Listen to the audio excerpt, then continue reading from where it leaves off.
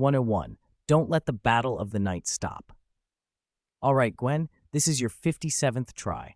Pull yourself together. You were almost there a few times before. Don't focus on how he attacks or on how he makes that faint blade of grass disappear. Concentrate. Feel your spider sense and lock onto its origin before it happens. Everything else is a distraction. Don't think about it. Gwen stared at Lin Yi with exaggerated seriousness, every muscle primed, her attention narrowed until it felt like a physical thing. She waited for that tiny, instinctive surge, the spider sense, ready to react the instant it hit. Lin Yi smiled faintly. He could tell she'd finally gotten it. He launched the next nearly imperceptible grass dart. This time, Gwen did something different. She didn't try to read Lin Yi's movements or track the invisible projectile.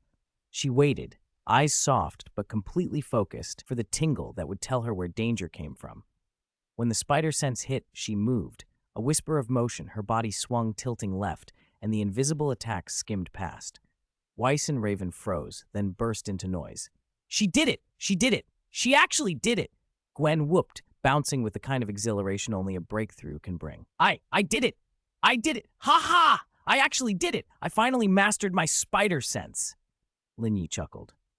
Not bad. 57 tries and you picked it up. You might be a genius too. Gwen puffed out her chest and grinned. Of course, I'm Spider-Man. Spider-Man's always a super genius. Lin Yi rolled his eyes as he teased her. She'd even learned his sneer. He'd almost given up teaching himself into being arrogantly smug, but somehow Gwen had inherited it all on the first try. Maybe it was a kind of passing down of attitude. Even if Lin Yi insisted, he didn't need an heir for that. All right then, Lin Yi said. Now that you're using it, shouldn't you make good on your promise? Gwen's smile turned sly as she slid a little closer. Don't worry, I don't break my word, but I want to be sure you really can use it freely. You mean more rounds? She prompted, arching an eyebrow. Exactly. Get ready. This time, shorter distance. Fine. Gwen hopped back and positioned herself. Start when you're ready. Lin Yi began with the same intensity as before. The first attacks at that level were useless against Gwen. She caught them easily and barely needed to react. Seeing that, he stepped it up. Faster. Quieter. Gwen still relied on the spider sense and dodged, though she felt the pressure rise as the pace increased. Well, I still can't hit her, Lin Yi murmured and raised the difficulty again. Faster, more frequent. Gwen laughed nervously. How much faster can you get? I can go up 10 levels. Lin Yi's smile went faintly wicked in Gwen's view. All right, get ready. This is level 10. 3 grass darts launched at once. Gwen scrambled and barely avoided all 3. Good, then next is level 9. No. Wait, what? Gwen panicked. She had used everything to dodge the last volley, and now there was more. Lin Yi's attack pattern tightened into a relentless stream. She tried to duck and weave, but the onslaught left her scrambling ineffectively. Dodging in a confused, exhausted burst, she still took several hits. She hit the ground hard, winded, and lay there blinking, both embarrassed and sore. Weiss and Raven were drenched in cold sweat from the sidelines. They hadn't even seen the grass darts, and had no idea how Gwen had managed to fend any of them off. If it had been them out there, they were sure they'd be finished. Lin Yi, in their overheated imagination, might as well be a top-tier killer from some shadow ranking, an assassin who never left a trace. Lin Yi just shrugged. There's no such thing as a public killer list, he said dryly when they started to speculate. Real professionals don't advertise. They're more like businessmen, quiet, discreet. If a client thinks the job's worth it, they pay and it gets done. Reputation matters, but competing to be number one is silly. The higher you stand, the more wind you catch. No real killer wants that kind of attention. Instead of calming them, his explanation only made Weiss and Raven more convinced. In their minds, Lin Yi had become more mysterious, more dangerous, exactly the sort of ranking-defying figure they'd imagined. Gwen, meanwhile, sat up slowly and rubbed at a bruise, grinning despite herself. She'd learned how to actively use the spider sense. She was still at the beginner stage, but for ordinary threats, Rhino, Doc Ock, that sort of thing, landing a hit on her would be near impossible now. Lin Yi wiped his hands and glanced at her. He'd kept his promise and trained her well. Now he had to think about the reward she owed him. As usual, the night was far from over. Really, Even you guys can't dodge Jack's attacks? Gwen later told Weiss and Raven that if they'd faced Jack's concealed weapon attacks, they would have been completely helpless. Hearing that made her oddly proud. Doesn't that mean, in this one respect, I'm even stronger than the two of you who can level the world? That's right. In a real fight, if we didn't know Jack, even with the power we have now, the only outcome would be death, Raven said. Except you, Weiss added with a small smile. You might be able to get a few steps away. A few steps at best, Gwen agreed. Even with your spider sense, you can only dodge Jack's 10th level attack. In an actual fight, do you think he'd be so merciful as to hold back? Especially if he didn't know us. Ha, that's true. But it's lucky Jack's a decent person. If he were a bad guy, we'd be finished, Gwen said, relieved. I'm not sure decent is right, Raven interjected. Huh? Weiss and Gwen both looked at Raven in confusion. Why not? Raven grew serious. During his cloning period, Jack must have done more than just kill bad people.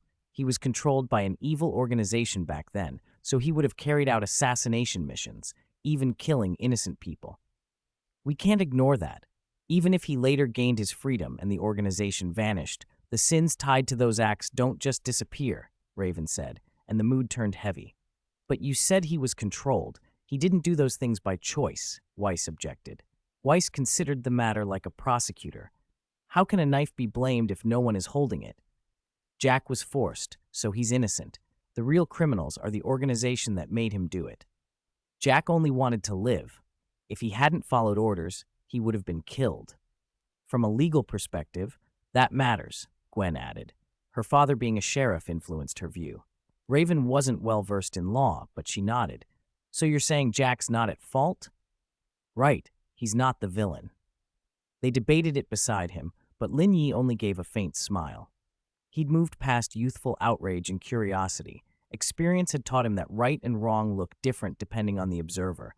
To those whose loved ones Jack had killed, he was a monster beyond forgiveness. To those who understood his circumstances, people like Raven and Gwen, he was a pitiful, coerced victim. Who was right? To a child who lost his parents, what good are explanations like he was controlled? The grief and fury don't relent. They demand revenge. In Lin Yi's mind, he saw a single image, a burned, furious young boy on a rainy night. The memory had never left him. He remembered a 14-year-old dragging his scarred, bleeding body toward him, practically stepping into hell, but still finding the strength for one last desperate strike. Lin Yi, the boy had screamed. I won't let you live. Not in this world. Even if I die, I'll crawl out of hell and tear you apart. I'll never forgive you. If only that boy had actually crawled out of hell. A real Batman, who, having had his parents murdered, studied and trained only to find and kill the killer. It's a pity. In that world, the hero couldn't defeat the villain who'd gone mad. The tale ended with the villain's victory. Lin Yi kept thinking about that. About justice. Justice, he realized, isn't just law or binary right and wrong. It's a longing for something beautiful and a future worth having. In that young boy's perception, killing Lin Yi might have seemed like the only way to reclaim that future, to remove a scourge so the boy could step out of his parents' shadow and become the man he wanted to be. Maybe the truest outcome back then would have been Lin Yi's death, because it would have allowed the righteous youth to survive and become a great force against evil. Instead, Lin Yi had lived, and that survival felt like an insult to the boy, to himself, to the dead. What a pity. Lin Yi thought helplessly, then opened his eyes to find the three girls watching him. Well, Gwen said, breaking the silence, maybe we got a little heavy there. Perhaps, Weiss agreed. Lin Yi rose from the grass. So, Weiss, do you think you've practiced enough? Pretty much. I'm getting the hang of it. If we train again tomorrow, it'll stick. Good. It's nearly time for dinner. Let's wake Wei Goosey and head back to New York. Okay, no problem. They roused little Bobby, who had been sleeping under a tree, shattering her peaceful nap. Slightly annoyed but grudgingly obedient, she got up and returned to New York with Lin Yi and the others. All right then, where are my premium body pillow and neck pillow? Little Bobby demanded. True to form, she immediately started asking for her reward. Do you want me to take you to buy them now, or should I just give you the money and you order them online? Lin Yi offered. Both options sound like too much trouble. Never mind. Do whatever. I'm too lazy to choose, she said, settling on the laziest option. Then we'll take you shopping, Lin Yi said, sensing where this was going. Mall shopping, the girls chorused without hesitation. Lin Yi had underestimated their energy. Fine. Then we'll go buy them, he said, turning to little Bobby. She let out a theatrical groan. Ugh, so much trouble. I'm so tired, I want to lie down. How about you carry me, she added with a hopeful look. The three of them stared. 103. Diva and Hanjuri? Lin Yi carrying Wei Gusi? Don't be ridiculous. Even Raven never got that treatment. Why should this lazy little slacker get it? Unsurprisingly, Gwen stepped up and played the doting mother, cradling Wei Gusi in her arms. It's really strange, this feeling, Gwen said. One had to admire Wei Gusi. She could fall asleep anywhere. Back, lap, or a patch of soft grass, it didn't matter. If the conditions were right, she would immediately doze off. I think it's kind of cute, like you've adopted a sleepy little sister, Weiss teased. Don't be ridiculous, Weiss. Whose sister looks like that? Gwen shot back. None of them were sure whether Wei Gusi had always looked like this or if the explosion had changed her. Either way, calling her fully human felt off. She was cute and fluffy, like a small pet, but undeniably strange. Okay, let me rephrase. It's like a pretty girl carrying an adorable little creature, Gwen amended. That sounds even weirder, Weiss snorted. Gwen glared, but couldn't stop Weiss and Raven from pulling out their phones. They started snapping photos of Gwen cradling the sleeping Wei Gusi. You have to see yourself. So cute, Raven cooed. Girls would be girls. Lin Yi didn't get the appeal. If you like it so much, why don't one of you carry her later? He asked flatly. Gwen rolled her eyes. I can, but I have to finish taking all the photos I want first. So that means never, Weiss teased. Pretty much, Gwen admitted. Weiss laughed and left Gwen speechless. Oh, right. What should we buy for Jack later? Weiss suddenly asked. Huh? Why am I involved? Lin Yi wondered. Anything that fits. We're not exactly short on money today, Gwen said. That's the fun of shopping. Buy whatever catches your eye. Weiss grew excited, already itching to play dress-up. Lin Yi could only think that this wasn't shopping. It was a rich person's hobby. Most people just browse, and besides, wouldn't he have to carry everything? Still, they went full mall mode. Food, drinks, entertainment, the works. The most striking thing to Lin Yi was how the girls doted on Wei Gusi like she was a toddler, constantly feeding her snacks. Then there was the impromptu fashion show in the clothing store. Gwen, Weiss, Raven, and even Wei Gusi paraded outfits like private models while a slowly forming crowd watched. If Lin Yi had social anxiety, he would have died on the spot. Next up, the claw machines. Lin Yi preferred the machines that spat out superhero figurines and game discs, but the girls were obsessed with the odd, cute plush toys. Even Wei Gusi fixated on a grotesquely adorable monster plushie, an ugly, cute Cthulhu-ish octopus thing, and begged Lin Yi to win it for her. She really behaved like a child. Lin Yi couldn't refuse. He may have been cloned with skill memories. His doctor training had given him ridiculous precision and muscle control, so he treated the claw machine like a tiny surgical procedure. Games weren't part of any mission, but that didn't stop his hands from moving with uncanny accuracy. He hooked the plushie without breaking a sweat. Yay! Wei Gusi's smile was rare and bright. Seeing her happy warmed something in him. Raven's eyes lit up too. Apparently she liked the same kind of ugly cute plushes.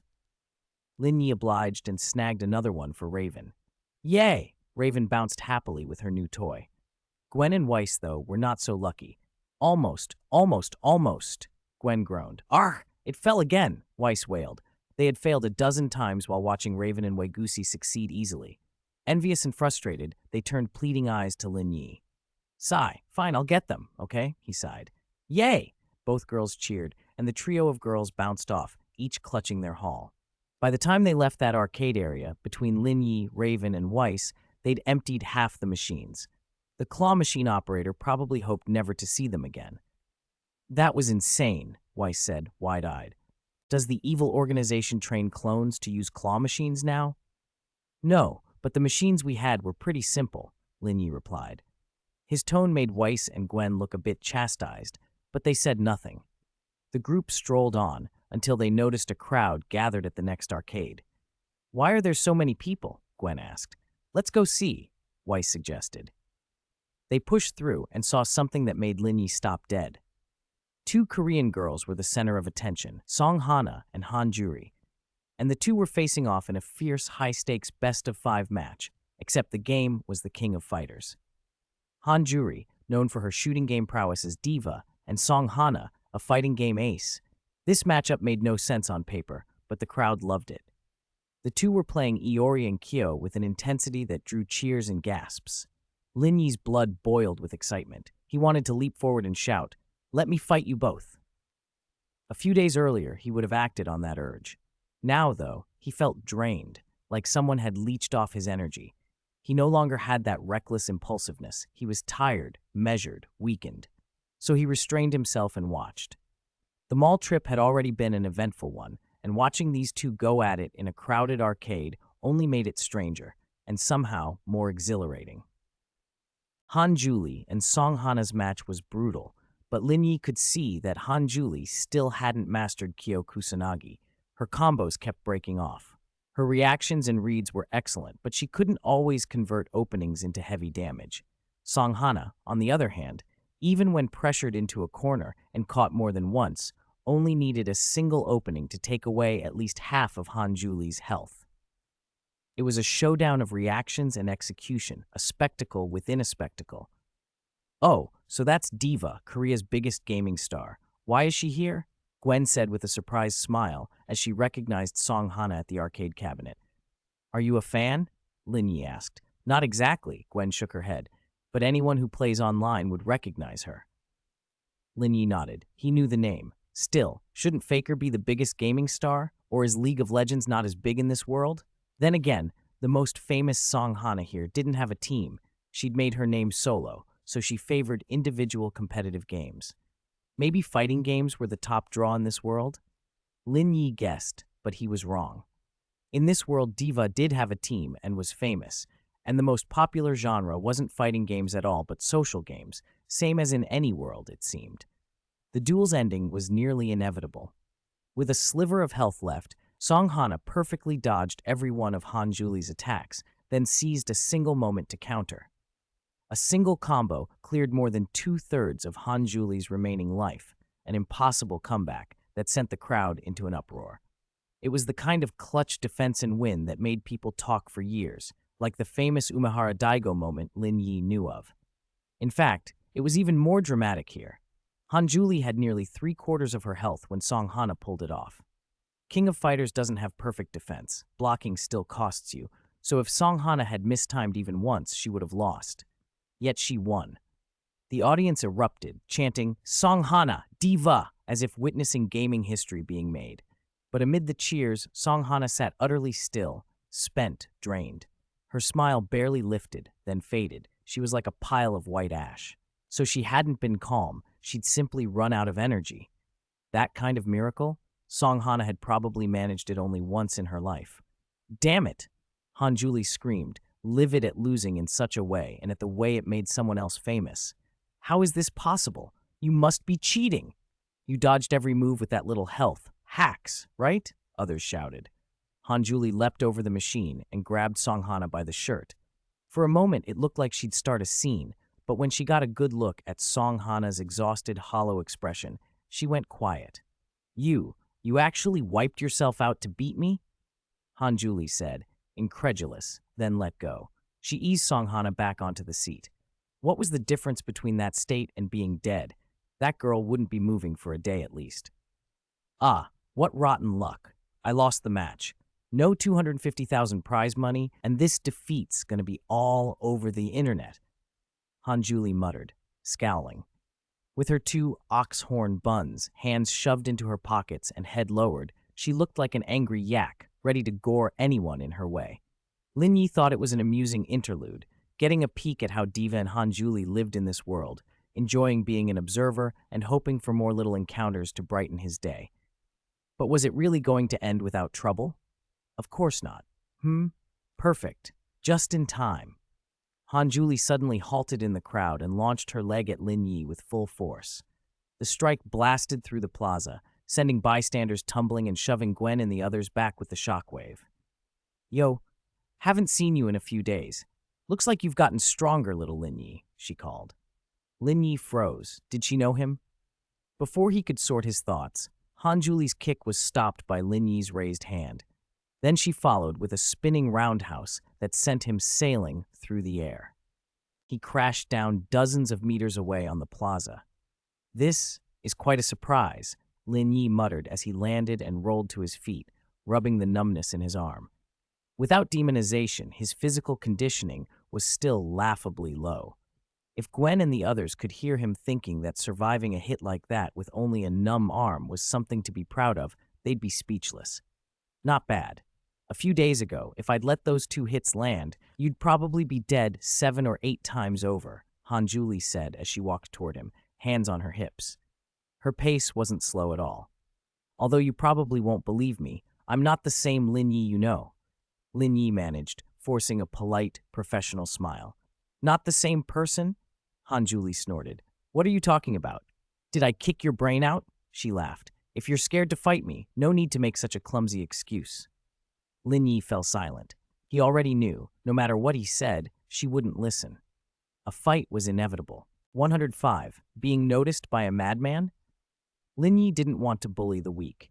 He had all sorts of powerful skills now, time stop, true damage, and an ultimate that stole half an opponent's attributes. Using all that on Han Julie felt excessive. He decided to fight in his normal state. Ya! Han Julie attacked again, fierce and relentless. Her legs struck with terrifying force. A single kick could have shattered a marble pillar. Lin Yi could block, but not forever, so he dodged when he could. The way she fought reminded him of the match where Diva beat her decisively, and her fury flared even higher, nearly erupting. Feng Shui engine, full power, she roared. An enormous aura flared around her. Under Lin Yi's astonished gaze, she moved almost like she was teleporting. Is she really trying to kill me? He thought, and he finally got serious. He had planned to take her lightly, but the power she was showing was beyond casual handling. In this world, Han Julie was even stronger than in the game, maybe at least on par with that demon swordsman he'd fought before. Lin Yi switched on his observation hockey and began to read her attacks. Han Julie's whirlwind kick, an endless, spinning flurry, brushed past his nose as he took a step back. She landed, spun, threw a backward punch that Lin Yi easily blocked with an upraised hand, then snapped into a leg sweep and a standing rise into 2 forward point kicks. She followed with a chi whirlwind kick, then grabbed Lin Yi's shoulders, flipped into a high-speed aerial spin, and rained down a barrage of chi blade kicks, waves of chi slicing through the air at him. Boom, boom, boom, boom, boom, boom. After the combo finished, black and white mist and dust swirled everywhere. Lin Yi stood in the middle of it all, with exactly 0 damage. Why is it so dusty? Lin Yi said, covering his nose and waving his hand as he stepped out of the haze. He looked at Han Julie, who was staring at him with wide, incredulous eyes, and he sighed. Your moves are flashy, just like in the game, but look at the damage. It's like nothing happened, he added, smiling and taunting. Damn it, Han Julie hissed. Why is everyone today trying to piss me off? You bastard! I'm going to kill you! Lin Yi watched as she charged, then reached up and gave her a light tap on the head. Bonk! Like swatting a mosquito, Han Julie went limp and fell unconscious. Jack, someone called. Are you all right? Gwen and the others had arrived just then. When they saw Han Julie lying out cold and realized Lin Yi had done it, they relaxed. Jack was fine. The bigger worry had been this wild woman who didn't know her place. I'm fine, Lin Yi said, waving a hand. I don't know why she knows me, or thinks she does. She didn't even speak properly, just flew into a rage when she saw me, like a cornered, panicked stray cat. A stray cat? Weiss blinked. The murderous aura Han Julie had given off made Weiss certain she was about to die, yet Jack called that terrifying presence a stray cat? Gwen and Raven exchanged looks. Jack had become so strong they could barely understand him. Well, Gwen said, we'll ask her when she wakes up why she attacked you. Lin Yi scratched his head. First, I'm going to the restroom. Drank too much soda earlier. I planned to go as soon as the match ended, but this happened. If it had been important people, that would have been awkward. He left, walking out of sight. Weiss glanced around at the wrecked plaza. In a short time, Han Julie had nearly turned the area into a crater field. What is her background? She muttered. Half an hour later, Han Julie woke, bound with magical chains Raven had thrown on her. What happened? I remember. Ah! You damned bastard! Get over here so I can kill you, she spat. Lin Yi sighed. She woke up and went straight to hissing again. Did she have some deep-set grudge against him? Did I do something to you? Why do you hate me so much? He asked. As soon as we meet, it's kill, kill, kill, Hanjuli snarled. What are you talking about? Lin Yi asked. We're the ones who held you down. Look at what you did. Hanjuli made a disdainful face and launched into a rant. Weiss and the others leaned in, curious. Jack had said he was from another world, but this woman seemed to think she knew him. Maybe she'd mistaken him for someone else. But who in this world looked so much like Jack? I found a guy I liked, Hanjuli said, voice trembling between anger and wounded pride. I wanted him to be my boyfriend, but that guy, he rejected me. He actually told me he couldn't like someone with my personality. You bastard! What's wrong with my personality? Am I not charming enough? Not beautiful enough? There are people lined up to court me from Britain to America. I confessed to him, and he dared to turn me down. I should have killed trash like him from the start. Silence followed her outburst. Lin Yi listened and couldn't help but be surprised that his counterpart in this world had apparently once been rejected by this woman. It wasn't conquest. It was one-sided, unrequited love, followed by a violent reaction. No wonder she'd gone berserk when she saw him. Gwen and the others looked at Jack, Lin Yi, for an explanation. Lin Yi rubbed his forehead and sighed. All right, I'll explain. But first, let me buy a bottle of water, then I'll clear everything up.